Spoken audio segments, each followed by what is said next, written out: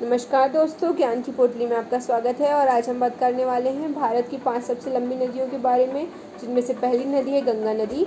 इसकी लंबाई है 2525 किलोमीटर। इसके उद्गम स्थल की बात करें तो ये निकलती है गंगोत्री ग्लेशियर से, उत्तराखंड से। गंगा नदी भारत में 5 राज्यों से होकर जाती है। पहला है उत्तराखंड, यूपी, बिहार, झारखंड, वेस्ट बंगाल। गंगा नदी में एक तरीके का बैक्टीरिया पाया जाता है जिसका नाम है बैक्टीरियाफेज, और ये आसपास की सभी वायरस और गंदगी को खा लेता है और गंगा नदी को प्योर रखता है, स्वच्छ रखता है। गंगा नदी पंचप्रयाग बनाती है। गंगा नदी ऐसा तरीके के 5 प्रयाग बनाती है जिनकी पूजा की जाती है।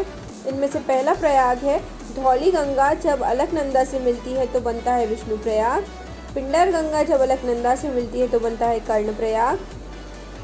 अलकनंदा से जब मंदाकिनी मिलती है तो बनता है रुद्रप्रयाग, और अलकनंदा से जब भागीरथी मिलती है तो बनता है देवप्रयाग। गंगा नदी को सबसे पहले भागीरथी से जाना जाता है, और जब अलकनंदा भागीरथी से मिलती है देवप्रयाग पर, तभी उसे गंगा के नाम से जाना जाता है। गंगा की कुछ प्रमुख सहायक नदियां हैं यमुना, गंडक, कोसी आदि। अब हम बात करते हैं हमारी दूसरी नदी के बारे में। तो बात करते हैं हमारी दूसरी नदी के बारे में, जो है गोदावरी। ये भारत की दूसरी सबसे लंबी नदी है और ये दक्षिण भारत की सबसे लंबी नदी है। इसके उद्गम स्थल की बात करें तो ये निकलती है त्र्यंबकेश्वर, महाराष्ट्र से। महाराष्ट्र से निकलकर ये जाती है तेलंगाना, आंध्र प्रदेश, छत्तीसगढ़, उड़ीसा और बे ऑफ बंगाल में मिल जाती है। इसके अन्य नाम की बात करें तो इसे दक्षिण गंगा भी कहा जाता है। इसकी लंबाई 1465 किलोमीटर है और इसकी मुख्य सहायक नदियां हैं पूर्णा, प्राणहिता, इंद्रावती, सवरी, वेनगंगा, पेनगंगा आदि। गोदावरी को पौराणिक कथाओं के अनुसार गंगा इसलिए कहा जाता है क्योंकि एक कथा के अनुसार गौतम ऋषि को गौ हत्या का पाप लग गया था और उन्होंने कई साल तपस्या करके शिवजी को प्रसन्न किया, जिससे उन्होंने उनके इस पाप को मुक्त करने के लिए गंगा को यहाँ से निकाला था, इसलिए इसे गोदावरी कहा जाता है। तो बात करते हैं हमारी तीसरी नदी के बारे में। ये है यमुना नदी। ये भारत की तीसरी सबसे लंबी नदी है और इसकी लंबाई है 1376 किलोमीटर। इसके उद्गम स्थल की बात करें तो ये निकलती है यमुनोत्री, उत्तराखंड से। वहाँ से चलकर ये आती है हिमाचल प्रदेश, हरियाणा, दिल्ली और यूपी में ये गंगा से मिल जाती है संगम में, जहाँ पे 3 नदियों का संगम होता है, गंगा, यमुना और सरस्वती।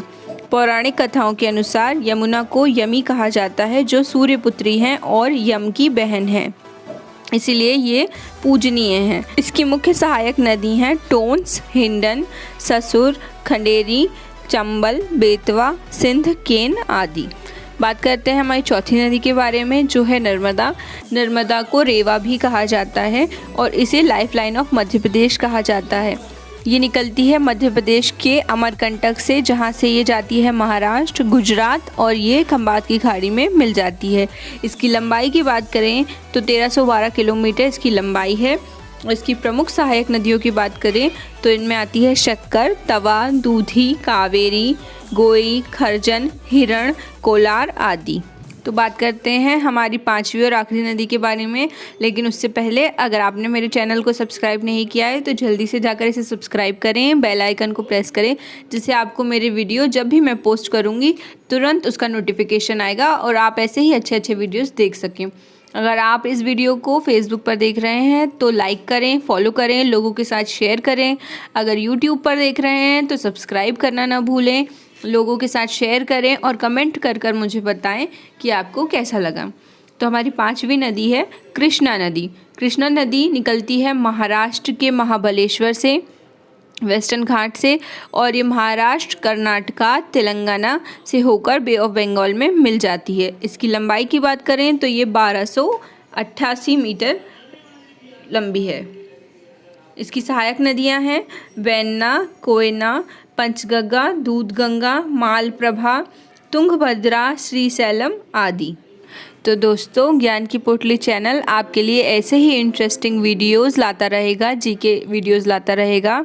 पर आपको क्या करना है, आपको पता है ना, आपको सब्सक्राइब करना है, जिससे कि मेरा मोटिवेशन बढ़े और मैं ऐसे ही इंटरेस्टिंग वीडियोस आपके लिए लाती रहूं। Thank you so much.